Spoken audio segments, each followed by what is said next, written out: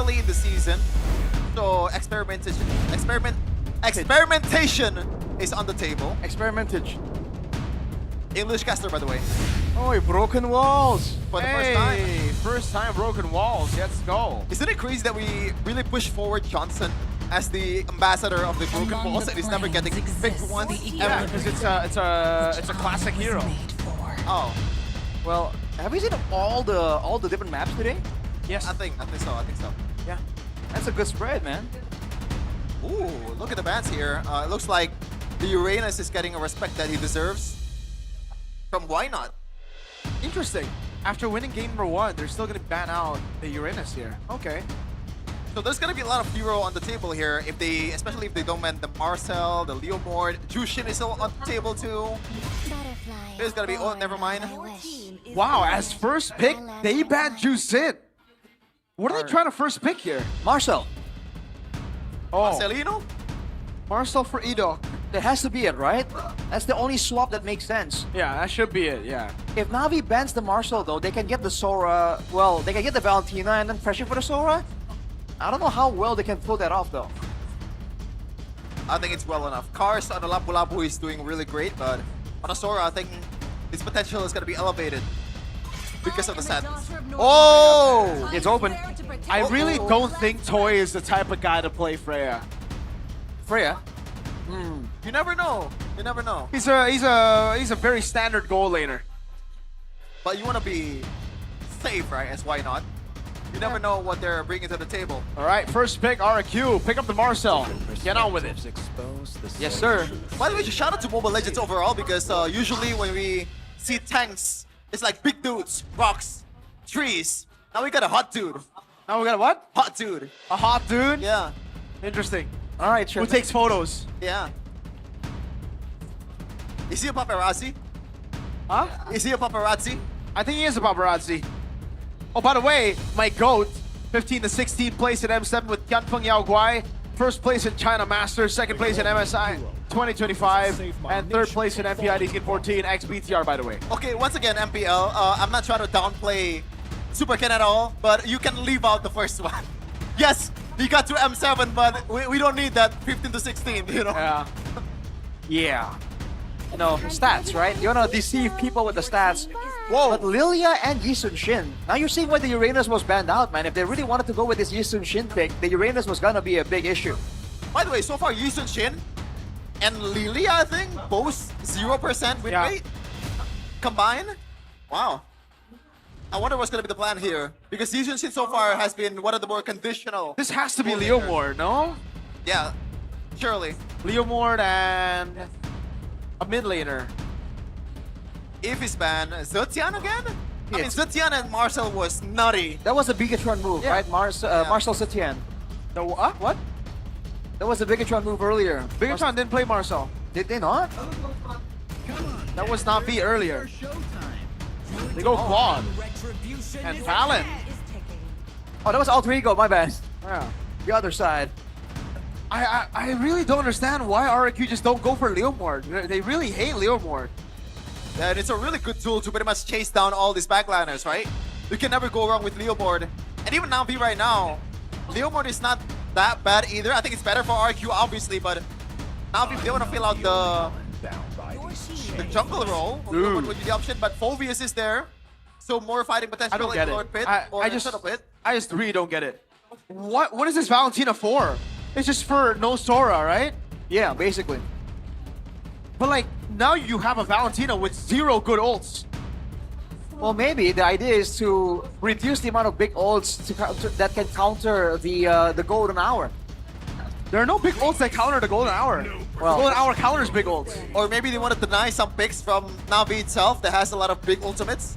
I think that's a reach, but yeah, Aside from Sora, there's not really anything else in the XP. Like they've already shown the mid, huh? Bro, not just XP too, right? They can just go high-lows, no? I mean, it's still utility. Look at this though. Why not doing his homework? Banning the Baxia from Super Ken. That's a smart move. It's a done deal if Super Ken gets a Baksha. Oh my god, so loud here. It's been a done deal for a while now, but yes, The audience are having full support. We are at the Kingdom side, so this is to be expected. By the way, this is a free Leomord again for Na'Vi, red 4. They didn't want to go for it though, again, against the Marcel. A lot of stuns. Might deter Na'Vi. I don't think that's enough for you to get away from the Leo board. Redwin is also banned. Wow. Full respect towards Super Ken and also that disciplined playstyle from RRQ. So now if RRQ wants to go for a utility jungler, what's left on the table? Nothing. They have to go Suyo. Because like Na'Vi are gonna go Leomord. Balman? Huh? Balman? Oh hell nah. Please don't go Balman Super Ken. It's kind of sketch. I don't see the vision. Oh! To bring out the PTSD for Rats. Oh no, please. Stop. Revisiting old memories. Rats, I don't know, man. Kalea.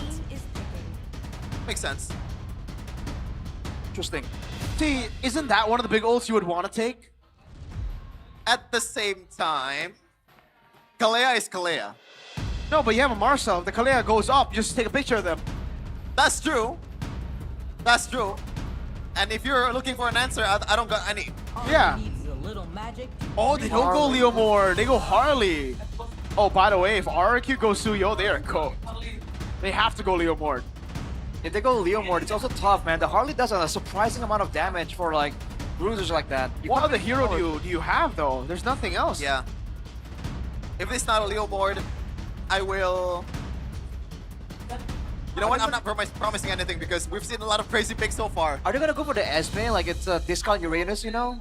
Deal with the Phobias, In go jungle? the Yisun Shin. For what? EXP? I don't think so. I think it's not the worst, but it's kind of a bad matchup against some of the heroes that I'd can go hide from Navi. Would you go Lapu Lapu here? Lapu Lapu sounds pretty good. Okay, Alice and Leomord. Right. I like the Alice better actually. That's a solid pick up against the Phobias as well. It's a good matchup. Now Navi needs a roamer. Gotta be something like a Hylos, right? Or Gatot Kacha. I think it's going to be... I think Gatos works best. Oh! We saw this in rehearsal yesterday. We were talking smack about it. Beleric for Na'Vi against the all-in comp. Oh my god. Have they just cooked our... Has Why Not just cooked our RQ? Navi exposing their wood. Has Why Not just cooked our RQ, Rash? Only time will tell, man. Against the DOT of the Alice as well. There's gonna be a ton of roots shooting out of that Beleric. I've always been a glazer of Beleric. I think it's pretty underrated. I think it's pretty conditional. But I'm not sure if this is the condition that you want to use it for. I mean, Claude is pretty good matchup against a Beleric. And there's a lot of melee heroes too. I guess it works out. I'm just concerned about the engage potential for RRQ now when they have a Beleric right in the front like that for Navi. I guess we'll see the result in a second. Beleric, will it work out for Navi this time as they're looking for the sweep against the King of Kings in the Land of Dawn? Is it a 2-0? That's a big question on everybody's minds. It seems on the English stream they are very fond of that idea. Let's see how this goes, man. The Beleric though, usually the Beleric gets countered when you have heroes that can deal damage without really basic attacking too much. That's why the Granger used to be a big problem for the Beleric. Oh, but look at this. Oh my god, a Level flicker 2 forced all early. in. So a ton of damage, man. You gotta respect that Lilia. Literally a deja vu on what happened, I believe, in the previous match, and still more delay towards Rinse. And Edom, I don't know what's gonna be the relation here between Marcel and Beleric. Do you think that's the biggest reason why they're picking the Beleric? I'm not sure. Biggest reason? I don't know if I would say biggest reason. Look at this though. Edom's gonna spot Andor you. Red Tree is the way to camp though. Yeah. Man, looking at the emblems here by you, seeing that Car's definitely going for a bit of the aggressive route. Having concussive blast though, trying to make sure that he has lane prio perhaps, trying to roam around, matching the Ellis potentially. In the mid lane, Ukir, knowing he has the black shoes, going for the bargain hunter, trying to get as much value as possible when it comes down to getting those items fast. Oh, turn around. Ukir this time, the one forced to flicker out. A retaliation on what happened earlier. And now, I'm kind of worried about Andoryu in a way because Usually when you're picking a Harley, it's either an independent Harley, which is right now he is independent Harley, or there's a setup like a Kalea. So Andoryu has to make space of his own to be able to be effective. That's definitely gonna be an issue. And the thing is, most of the targets available for RRQ for that Harley has mobility, which makes it difficult to align your full combo, right? With the deadly magic. So we'll see how Andoryu goes around doing that. Okay. Looks like Navi is just gonna go back here. There's no way they're testing this one. Yeah, throwing a ruin as well from Dan. That's a free turtle to RRQ. And you know what? That's the best decision Navi can make. Even though you're gonna lose out on the turtle, but if you contest it, I think it would go pretty bad. Great stun coming down, but that's the thing about Belric, right? You're not on lineup until you get ultimate. That's why it's been ignored in the meta for so long. You're only useful after you get your ultimate. Yeah. And if you're trying to engage, it's very flicker dependent. I feel like right now for Navi, they have to really play around Ukir for the most part. That's their key to getting like early game to mid game presence in the game. Otherwise, RRQ can just move as S3, S4 like this, and the Marshall presence alone ensures that even if Navi catch them by surprise, that golden hour is gonna allow them to just disengage. That's the extra, the unmentioned power of this Marshall. Yes, you can combo, yes, you can engage, but the freedom to just do really aggressive moves and avoid being punished is really what's giving these teams a lot of leeway. Yeah, and I kind of like how Navi is playing around this Marcel. They're not really owning the bush. They're not trying to just check it as much as they want. They want to play as passive as possible with Beleric as well. Let Edok do their thing and just wait for the mistakes, wait for the opportunity that's going to be presented from those mistakes, and Navi can actually capitalize. But see, I think that RRQ is falling into the same pattern here. They have so much mid prio, but they can't really do anything with it. They're not setting up for any kind of dive. They're not setting up for any kind of invade either. So for the most part, they just walk around. That's a lot of damage, but Rin stole the black shoes for a reason, and it's to survive against the Harley. Yeah, thankfully the cooldown for the deadly magic is not only that high for an ultimate. Yeah, but again, back to the point. Edok, he's basically harassing, doing small trades with the Marcel instead of being, you know, investing in some big team objective. Now with the turtle back up though, with Apro already level 5, is he gonna try and go for it? Don't think so. Okay. Apro's gonna go with a Rapid Dryad, but it doesn't land on anybody. He gets cooked here completely. Super Ken able to claim first blood as the golden hour comes down, and Chibe will be throwing. Oh, great throw with a mountain shocker. Cars walks up as well. Chibe pops up a double. Toy is able to go for the blazing duet, and that is Cars. Whoa! Dickerson forward to get Rins, but he gets away just in time. And you know what? Economy-wise, Navi is definitely winning. Andoryu almost getting that purple buff. No red tree though. He's baited the red tree. Oh wow. This is bad for RQ. I don't think there's a way for Super Ken to enter anyways. Yeah. Lilia. Yeah, Doryu will be able to claim it for free this time around. The Phantom Steed coming back up. They want to go for another brawl, but Navi. They're done with just a turtle. And they are terrified by the three, man. Afro is just there as kind of a, you know, healing tool for the rest of the members of Navi. Well, it's looking kind of sketchy for RRQ. They're able to get the neutral objectives, but Navi has been able to scale relatively well, and they're building up a small gold advantage. That was RRQ's turtle to take, and they just didn't go for it. Oh. Rins is trading really well in the mid lane, but man, RRQ are just getting layered, I feel, right? That's been the reason they've been losing. It feels like RQ is trying to play super systematic, but Navi is better at those. Throne of Ruin. Do they have enough burst? Oh, and Doryu gets away! Oh! My goodness! Oh, he bounces back! Superdan picks up the kill. Whoa. I don't think Supercan would have been fast enough to take him down, but now Cars against 3. Oh, Apro! With a Flicker Rapid and a Dryad, and Cars is still alive. That's an odd golden hour. Cars taking very low. He's going to be taken out of the game. Ukir next to the chopping block has the black shoes, will be able to use it. Nope, he actually doesn't use it, just flickers out the safety under turret. Okay, so yeah, I was so confused why he would go back. to the head, but Whoa. oh, not Steve. He did not expect 3 members to be there, man. Toy Pops and Blazing Duet doing no damage my to God. Apro. Apro is getting tickled by those shots. All things considered, though, that's a tower taken for Navi. RRQ did a great job striking back technically, but again, they haven't really found a meaningful foothold in the game so far. They seem to be waiting for the next big objective, and they're trying to abuse this Marcel and go for just a Lord take. And looking at the gold right now, a lot of positives from Navi until that moment where the turret got taken down in the bottom lane. RRQ could actually go for a cleaner total fight right now. Oh. Oh, that's an early black shoes. That's big for RRQ. Yeah, it's used to heal back some HP, but now RRQ once again going for the fight. And Doryu, though, is waiting for a chance to maybe spot someone as Rins once again playing a dangerous game. Oh, they're gonna go all in. Super Down with the Throne of Ruin as well. Look at Toy in the back line going for Ook here. He jumps back, and now it's Shive who goes for the chase, but he gets caught by the Golden Hour. Meanwhile, Super Ken in the back. Shive isolated in the front, gets slain by Super Ken. Edok going in. Cars. Infernal Pursuit not in range.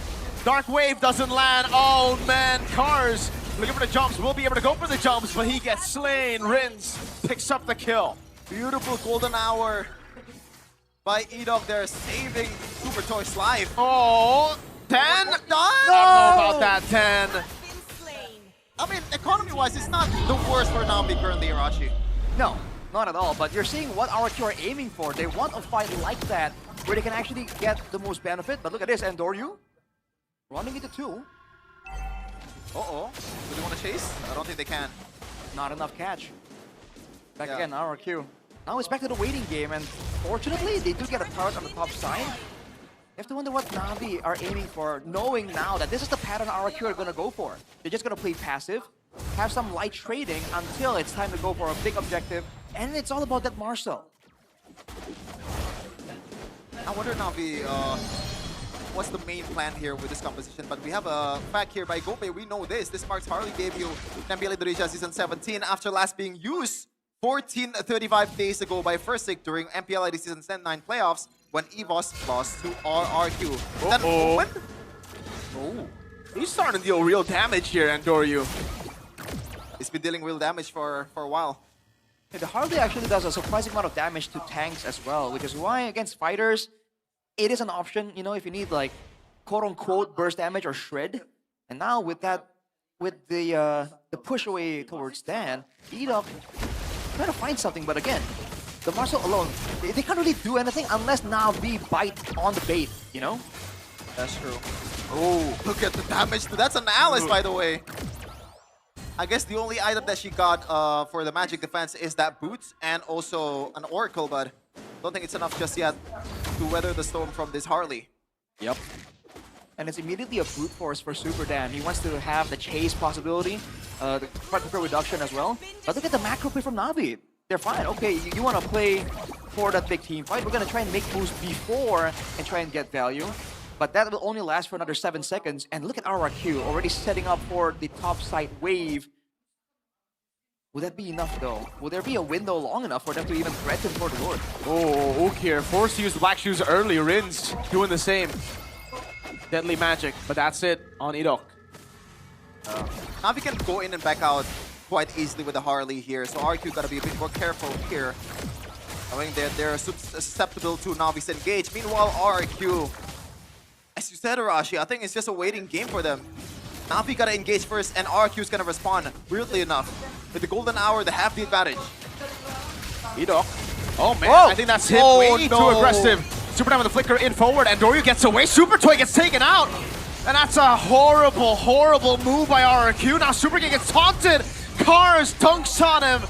And Apro gets the kill. The control that RRQ have built shattered in seconds. That might have been the worst possible scenario for the King of Kings. 4 down, only Rinse left in the table. And the Lord is Navi's the slain. Oh man, this is not looking good for RQ. Edok with an uncharacteristic throw. Like, it's a new hero, he's not really super used to it, I guess. But at the same time, yeah, it is definitely a mistake That was nonetheless. a crazy blunder. It's almost like they had a plan and nothing went right for them right there. Even the fact that Super Toy comes in to try and do some damage, and he just got bursted down along with Edok. I mean, you have to wonder what were the comms looking like. Now with the Lord, with a Lilia, a Harley, and a Yi Sun-shin, there was a decent amount of siege here for Navi. The team fighting window of Navi is ridiculous compared to RRQ, man. And I think that's the main difference so far in this game. Despite RRQ winning it out in gold earlier, 1.5k or something, it doesn't matter that much. That's the only advantage that they have. Super Ken almost gets bursted down by that deadly magic. It started to deal more and more damage, this Harley. Man, the Supers are not starting off this season that well. Definitely unfortunate there. That was the moment they've been waiting for painstakingly, right? The first Lord that they can use to try and alleviate the macro pressure. It starts with Edok getting taken out, and everyone else was just so low, was panicking because they were scrambling to try and find something, and they end up losing 4 members for nothing, quite literally. Now with a gold disadvantage, they have to really bank on Toy, I guess, to scale up. He only has the Marksman Trinity, going for a Rose Gold right here to deal with the Harley, presumably. It has to be a big engage again by Super Dan or Edok, though, if they really want to try and get a decisive fight against Navi. It's weird because this... Oh, Edok, don't want to repeat the same mistake, my dude. Super Dan. They can shred Dan, by the way, so he's got to be very careful. Oh, look at Andoryu. Being a bit sneaky, trying to find something. That's the nice thing about playing the Harley, man. You have an escape to a degree if you know where to draw the line, which area of the map is safe. And technically, even without the deadly magic, you shred down opponents, especially with his build with the Genius Wand and Feather of Heaven. He has a ton of basic attack damage. And by the way, RRQ does not have an instantaneous catch that they can use to pretty much lock down the Harley, lock down Ukir, unless Edok plays like this, without getting punished. But there's definitely a line that Edok cannot cross. He crossed them earlier, and it costs RRQ a lot. Super Ken grasping at straws, man. Yeah, they're all very desperate around. Apro can just flicker on him and pop in the Rapid Dryad. And He doesn't the thing need is, to. he doesn't need to, exactly. RRQ, they have to dive. And when they do, Apro just pops that ult and the rest of the team can deal the damage. Unless they want to, again, bank on the Lord take and bank on the Golden Hour, denying a 50-50 retry. At a 4k deficit, though, if they fail here, it's going to be very costly. It might cost them the game right there and then. Navi is playing this super disciplined, super patient, man. Oof, I like this. This is not the Navi that we know. A lot of miscalculations, a lot of bad team fights, but now Navi knows what their win condition is, and they're not biting to what RQ is doing. They're playing their own game. Is this just why not working his wonders against his kids? Could be it. Oh, Dang gets away. Edok's able to go for the stuns, pops into black shoes. Ukir. Apro's been chunked quite a bit. Gotta go back. RRQ regaining control of this Lord. This is gonna be quite bad. They know that there's flicker in from Super Dan. Rapid Dryad locking him down though, and that's gonna be Edok falling through. Turn the blazing duet landing onto just Apro. Rinse into Mika, has the black shoes, gets away, and now it's Super Ken with the cleanup, open to the back line, but Super Dan gets cooked by Shive, and is going in. Toy against the world. Uki gonna be taken down. Shive! A triple for him! He's looking for the Maniac, and he gets it! Shive takes the Maniac! 2 Maniacs to open up the first day of Season 17. We are eating good tonight. They're going straight for the end. Edok, does he have enough to stand back up and regain control of the game? I don't think he's got it. 3 seconds on the death timers, Navi! They take a 2-0 win against RRQ. They were asked the question, do you want to end it in 2-0 fashion? And they say, why not? Navi is here. The real Navi that we've been waiting for. The all-new improved Navi right here is completely dismantling RRQ. Whatever they were looking for right there, Navi had no intention of letting them have a single inch. Every single attempt of flanking, of macro play, was denied. The team fight communication seemed solid. Is this the why not effect? Is this why Navi is being rated so highly? Man, from a brutally harsh reality of Season 16 for the Kingdom to it happening again, potentially. NAVI 2-0. Man, a lot of people probably expected it to be a bit more of a close match, but Navi really blew RRQ out of the water with this one. Damn! How good is this team? We're only scratching the surface, everybody. There's a lot of weird picks, there's a lot of questions to why not drafted these compositions, but it turned out beautifully. And that's also provided by how clean Navi players are executing this. Why not was asked the question before the match? Is it better to have a good coach with so-so players or so-so coach with good players? Why not have both? Navi might have both at the same time. Both so-so or both good? Both good, obviously. Bro, come on now. Well, we got the winning interview. Wow, Navi 2-0. Definitely unexpected. No one saw this coming. Saw that coming. I thought you said you retracted. changed your vote. What? Yeah, no one saw that coming. That's what I said. Okay. Dude, you can't have it both ways, man. Hey, that's what I said. No one saw it coming. Sure. Saw it coming. No one. You want to ask the Kingdom man how he feels?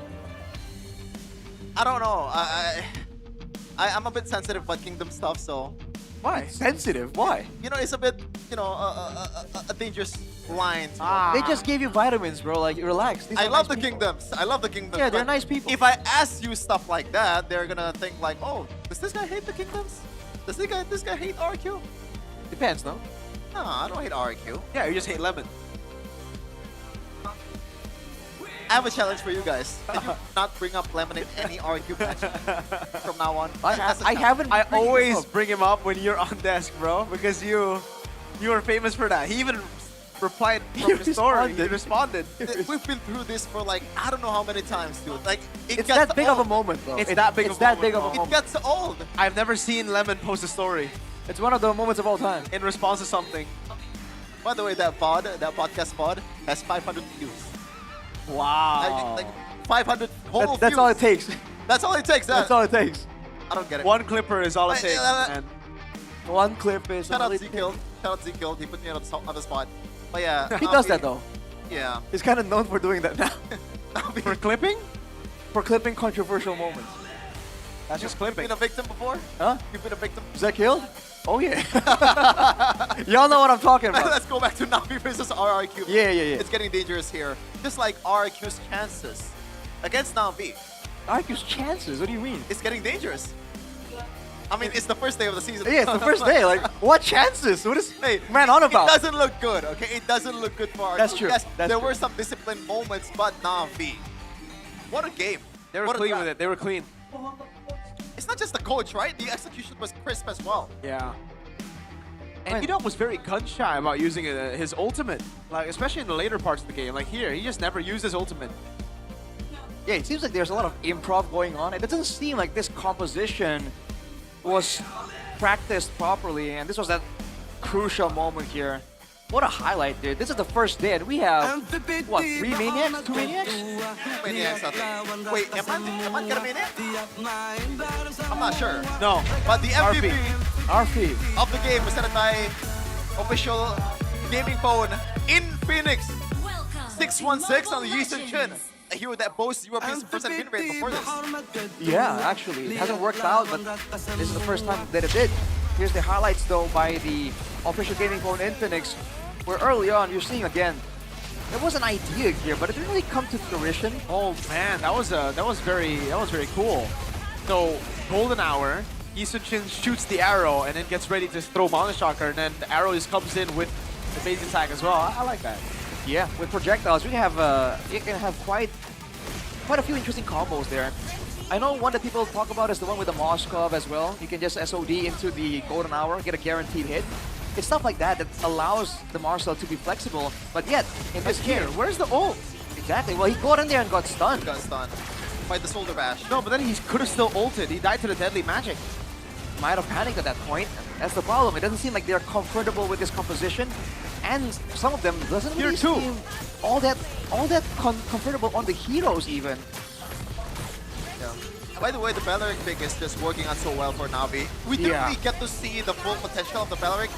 Well, there's a lot of good Wrath of the Dryad, but overall, I think the presence of the Beleric itself just deters RQ and Git, right? They're second guessing themselves every time they want to go in. Man, that's just pretty sad, honestly, because like,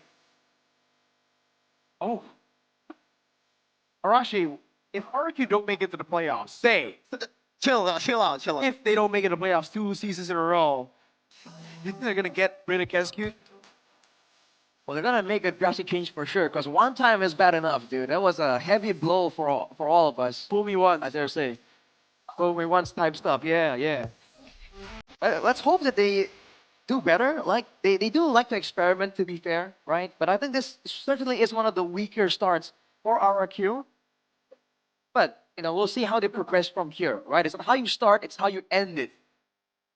Today, though, Navi certainly showed that they have the better mastery when it comes down to the macro play of the current meta, the picks of the current meta as well. Like I mentioned, man, there's some things that RRQ HOSHI didn't seem comfortable doing. Like maybe this is exactly why the Marshall gets ignored by some teams, because it's a double-edged sword, man. If you use the golden hour improperly, you might jeopardize your team's chances of winning a fight as well. Seems like we still don't know what's the limit of this Marcel dude. Even RRQ HOSHI doesn't know it yet. They don't know the limit, but they don't even know, the surface level right now, it seems, Yeah. Because it was very different when I go as far as to say that Opro was a very passive Marcel. But what we saw in this game for Edom, it just feels like it was a bad Marcel. Wow. He just doesn't feel like his hero, his type of hero, This guy's always looking for like big moments, game-changing moments, big sets, and Marcel just isn't that hero. Well, you can set up with the golden hour, but it's not a stun, it's different. It hits your teammates. It ain't as a well. set though. Exactly. It's like a secondary set. It's not. It can't be like the main thing. No, if it's a secondary set, it kills. Like a follow-up though. No. It's supposed to just you should just use it to like isolate people. You don't set with I it. think You also- can't hit him. Also, the fact that the golden hour is so valuable, so Edok is like weighing the fact that do I want to use this for engage or do I want to use this for the safety of my You team? literally cannot use it for engage though. You have to just use it like in a fight, 5v5. You just try to get 2 people onto the golden hour, so the rest of the team have to fight 3v5 for a while. Well, in a sense, the only combo he has is the golden hour into the stun, right? Because you can move in the golden hour, but that's about it, right? It doesn't last for too long. It doesn't do an insane amount of damage. So you definitely need something else to drop on top of it if you want to use it as an engage. I think that's where they were planning on using Super Dan, but in order for Super Dan to start an engage, he needs to be inside the golden hour as well. So it didn't really quite work out. What I'm surprised the most about Navi is how they handle the fact that they don't only have the advantage in the early game draft, but they find other stuff that they can abuse. But we're gonna see here the mic check for Navi in a second. Bro, main di bawah dulu. Napasif, napasif. Bro, bawah terus Indro. Ya, gas. Ada sembilannya, ulti gua. Komit guys, ada next wave ini bawahnya. Gold. 5, 5, atas. Aman. Gua stun, gua ada ulti. Tower, gua tower. Ay, ulti kir. Aman. Fred. Patai. Sabar ya, speed. Oh, kata Aman bro, aman. Ulti gua. Gua ada ulti. Aman. Regen dulu guys, bisa pelan-pelan. Jangan balik bro. Ya, aman, sabar. Gua depanin. Kita ada bawah guys. Ayo, ulti. Alis, flicker. Gold, kenapa ya? Nice. Awas, gas. Ulti, flicker. Cloud-nya guys. Kalau udah nggak ada flicker guys. Gua balik. Mati gua guys. Ini Ci, low banget. Bantai. Aman, bantai. Oh, baliknya. Kalau udah guys. Double dash. Nice. Double top. Nah, atas. I don't know. Ada. No matter guys. Dia nggak bisa ngurangin damage apa? Apa minumnya? Sabar.